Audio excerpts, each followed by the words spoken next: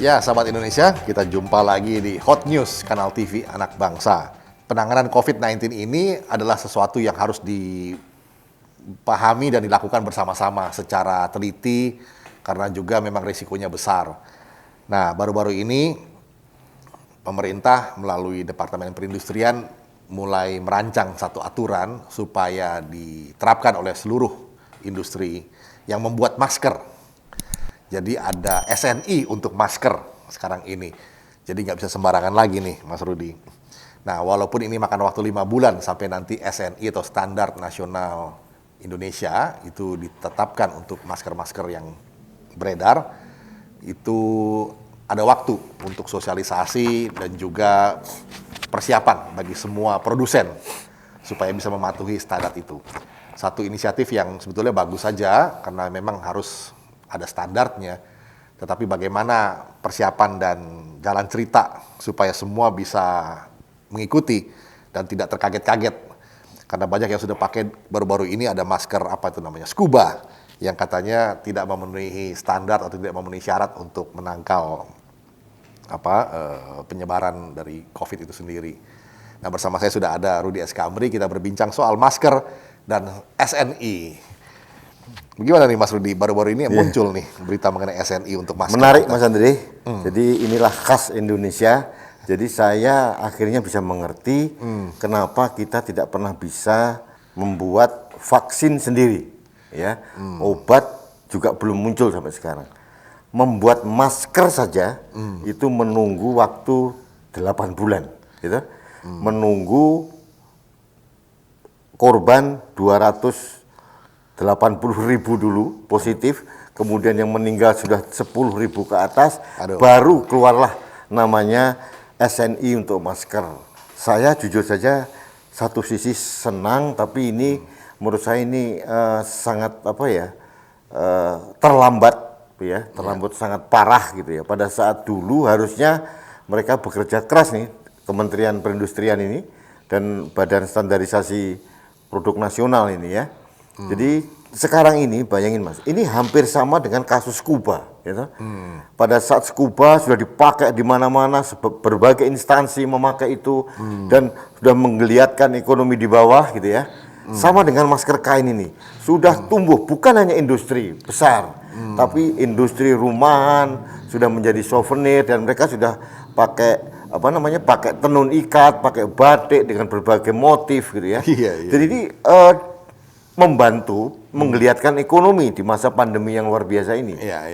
Sekarang mau distandarkan. Oke saja, tapi jangan sampai nanti menjadi bumerang buat membunuh industri-industri kecil yang skala rumahan ini, Mas. Karena ini, Mas, masker ini sudah diproduksi oleh berbagai kelompok perorangan dan itu untuk menggeliatkan ekonomi. Mereka juga sudah punya lapisan dan sebagainya. Tapi kalau kita baca dari peraturan Kementerian Perindustrian tentang standar SNI tadi, harus punya mereknya, negaranya. Waduh, ini kan sangat agak berlebihan gitu ya. Jadi saya sih agak skeptis Mas dalam hal ini ya. Karena waktunya begitu terlambat gitu ya. Hampir 300.000 orang terpapar ini, baru muncul namanya SNI. Nah, ini hanya masker aja kok nunggu sampai 8 bulan.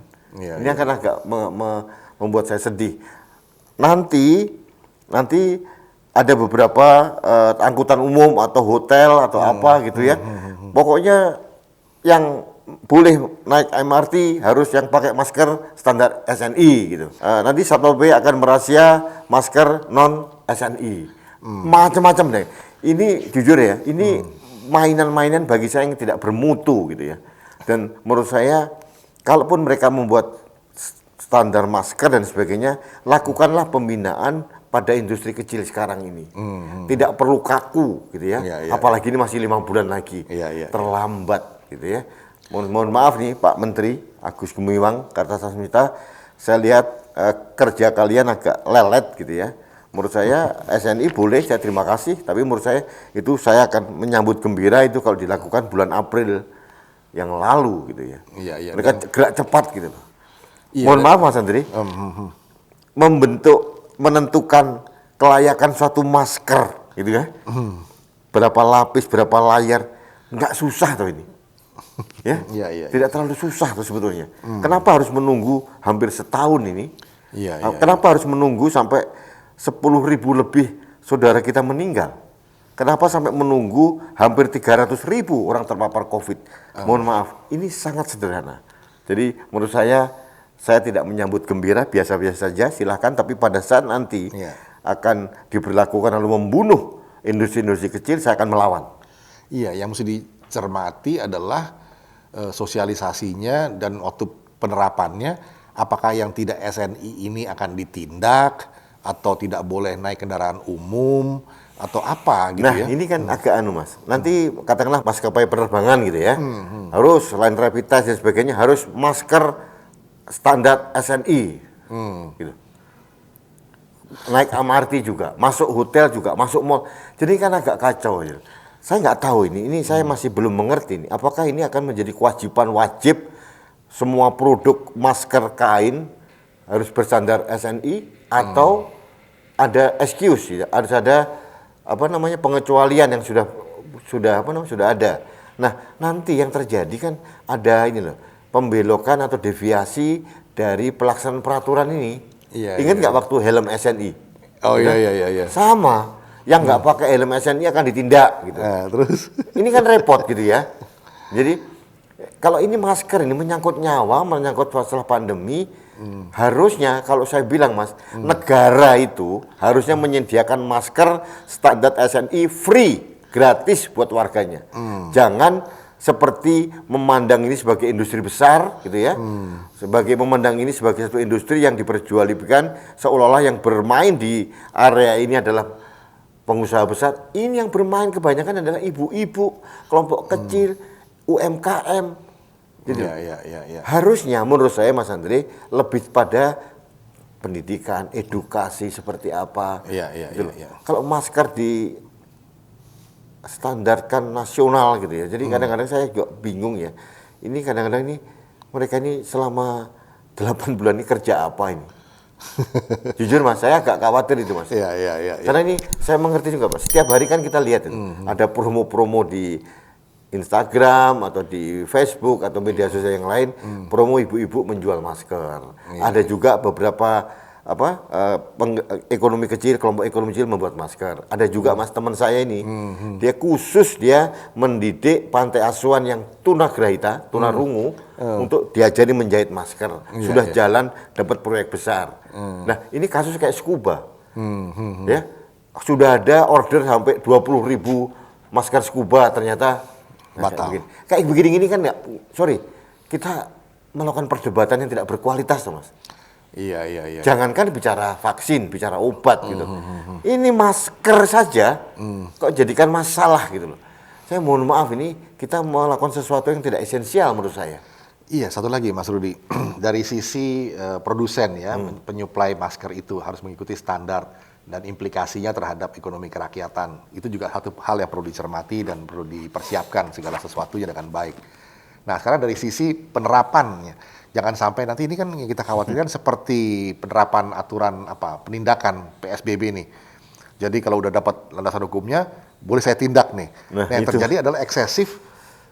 Yang penting gue bisa dapat kesempatan nih oleh aparat nih, penyelewengan memang. Saya bisa mendapatkan denda nih, dendanya itu pun nggak tahu kemana arahnya nanti nih. Iya, saya juga agak bingung Mas. Saya kemarin lihat di running text satu televisi swasta itu, Kasat Pol PP DKI Jakarta dengan bangga sudah menjaring sekian ribu pelanggar protokol kesehatan.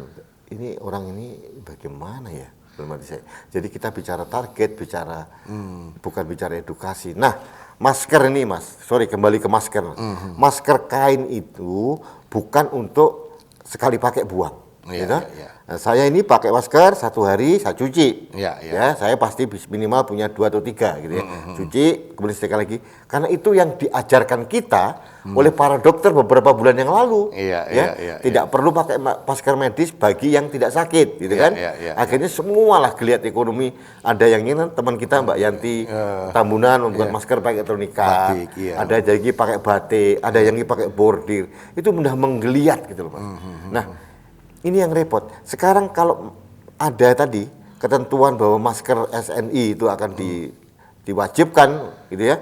Kemudian beberapa maskapai atau misalkan atau mungkin pada kelompok tempat tertentu harus mengikuti itu menggunakan masker SNI itu, berarti kita harus beli lagi, rakyat harus beli lagi. Iya, ini dan mekanismenya terakhir mekanisme untuk mendapatkan label SNI itu sendiri, ini kan begitu ada proyek labelisasi, itu selalu ada peluang untuk penyelewengan tuh yang proyek seringkali. Mas. Ya proyek lagi. Saya ini nih produksi ini nih kita buat ini ya, kita membuat untuk masker Kanal Anak Bangsa, gitu. Ini kita beli 60.000 nih Mas satu, gitu. Itu pakai label kita. Kita sudah pakai 2 kain gini.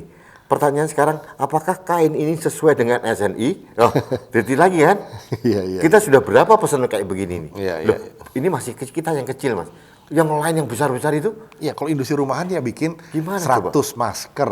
Yeah. Terus dia mau dapatkan label SNI-nya mesti beli, bayar atau bagaimana? Karena kemana gitu. gini loh, frame-nya yang kita baca tadi. Frame-nya adalah seolah-olah yang yang bermain di area industri ini seolah pemain besar kan. Harus menyantumkan mereknya, harus menyantumkan pembuatannya atau bahan baku kainnya. Dan harus dapat label. Nah, kayak gini. Dari mana beli kayak cukainya atau apanya? Memang Mas Andri pikir dapat SNI itu gratis. Nah, siapa yang mesti periksa segala macam, ada inspeksinya atau inspektorat yang nanti kalau katakanlah saya nih membuat masker SNI, memang dapat gratis.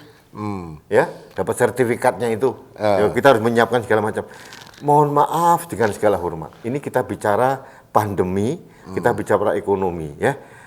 Dua-duanya katanya tidak boleh siapa yang lebih penting katanya.